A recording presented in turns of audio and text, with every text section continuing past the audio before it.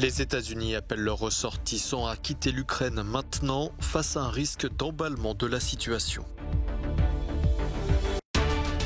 En Ukraine, la région du Donbass subit les conséquences de la guerre depuis 8 ans.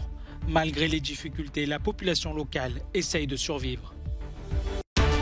Emmanuel Macron mise tout sur le nucléaire. Le président français a présenté ce jeudi à Belfort sa stratégie énergétique pour la France de 2050.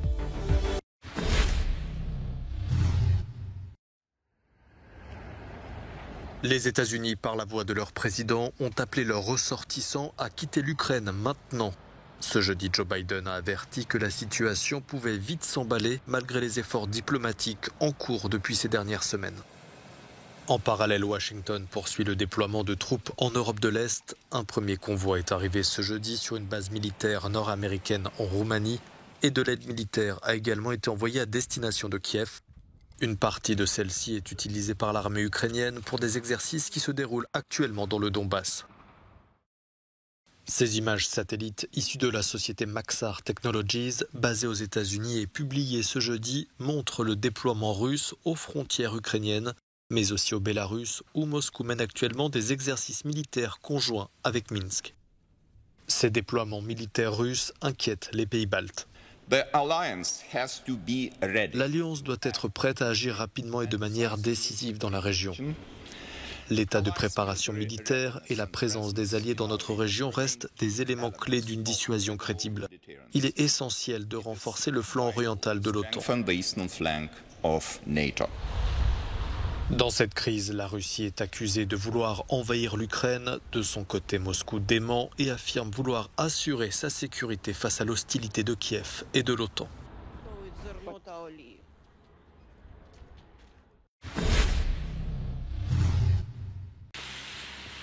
En Ukraine, la région du Donbass subit les conséquences de la guerre depuis 8 ans.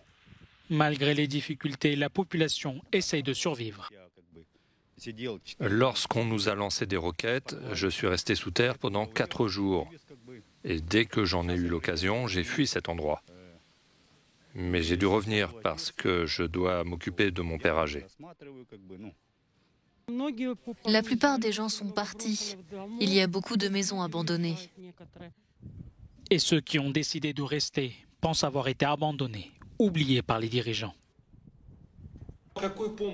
Qu'est-ce que nous pouvons attendre d'eux? Aujourd'hui, nous ne sommes rien pour ces personnes.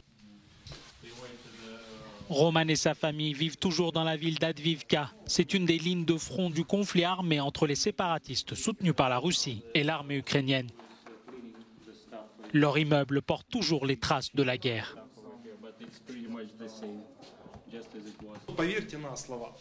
Croyez-moi, tout le chemin depuis la porte d'entrée jusqu'ici était rempli de sacs noirs. Nous avons vu environ 10 ou 15 sacs plastiques avec des cadavres à l'intérieur. Cette semaine, Roman a vu à la télévision le président français Emmanuel Macron qui s'est engagé à mobiliser une aide financière d'1,2 milliard d'euros à l'Ukraine. Mais Roman ne pense pas recevoir d'aide parce que d'autres dirigeants avant avaient aussi fait la même promesse qui ne s'est jamais concrétisée pour lui et sa famille. Pendant toute cette période de guerre, nous n'avons reçu qu'une petite boîte de la Croix-Rouge. Où va tout l'argent? Personne ne le sait. Ce qu'ils ont proposé, c'est simplement de nous donner 5 mètres de plastique pour couvrir les trous de la maison.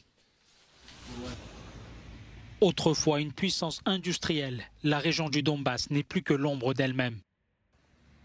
Les chiffres officiels sont rares, mais les habitants disent souffrir du chômage et craignent une guerre plus importante qui ne fera qu'accentuer les difficultés économiques.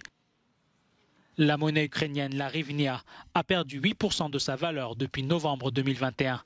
Malgré tout, certains habitants gardent l'espoir d'un avenir meilleur.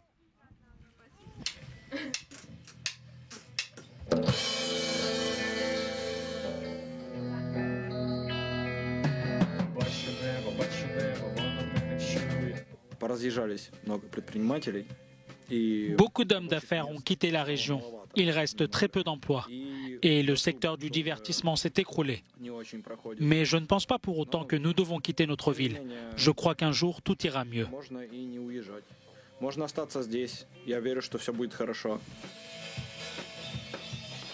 Max, Valeria, Vadim et Ilya ont monté un groupe de musique.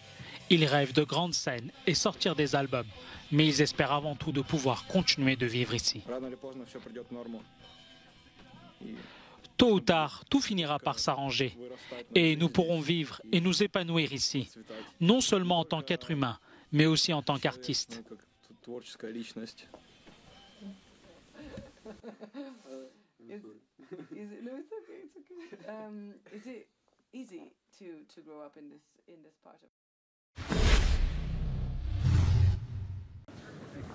Reprendre en main le destin énergétique de la France. C'est l'ambition affichée par Emmanuel Macron à Belfort ce jeudi. Le président français s'est rendu sur cette terre industrielle historique pour présenter sa stratégie énergétique pour la France de 2050, qui comprend notamment un vaste plan de relance du nucléaire civil. Emmanuel Macron s'est ainsi dit favorable à la construction de 6 nouveaux EPR de nouvelle génération pour une mise en service en 2035. 8 réacteurs supplémentaires sont également envisagés, soit 14 au total. Il a également annoncé vouloir prolonger la durée de vie des centrales au-delà de 50 ans si possible. Ce sont des choix éclairés par l'expertise et par la science. S'il est nécessaire d'être prudent sur la capacité à prolonger nos réacteurs, je souhaite qu'aucun réacteur nucléaire en état de produire ne soit fermé à l'avenir compte tenu de la hausse très importante de nos besoins électriques, sauf évidemment si des raisons de sûreté s'imposaient. Le président français confirme ainsi son récent changement de cap sur le nucléaire, alors qu'il affirmait en 2017 vouloir baisser de 50% la part de cette énergie en France. Ces chantiers cultivent une ambition forte, faire en 30 ans de la France le premier grand pays du monde à sortir de la dépendance aux énergies fossiles et renforcer notre indépendance énergétique, industrielle, dans l'exemplarité climatique. Emmanuel Macron a également annoncé vouloir développer massivement les énergies renouvelables alors que la France a pris selon lui du retard.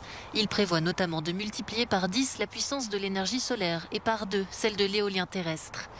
Des annonces aux allures de programme électoral pour celui qui n'est toujours pas officiellement candidat à sa réélection à 2 mois du premier tour du scrutin.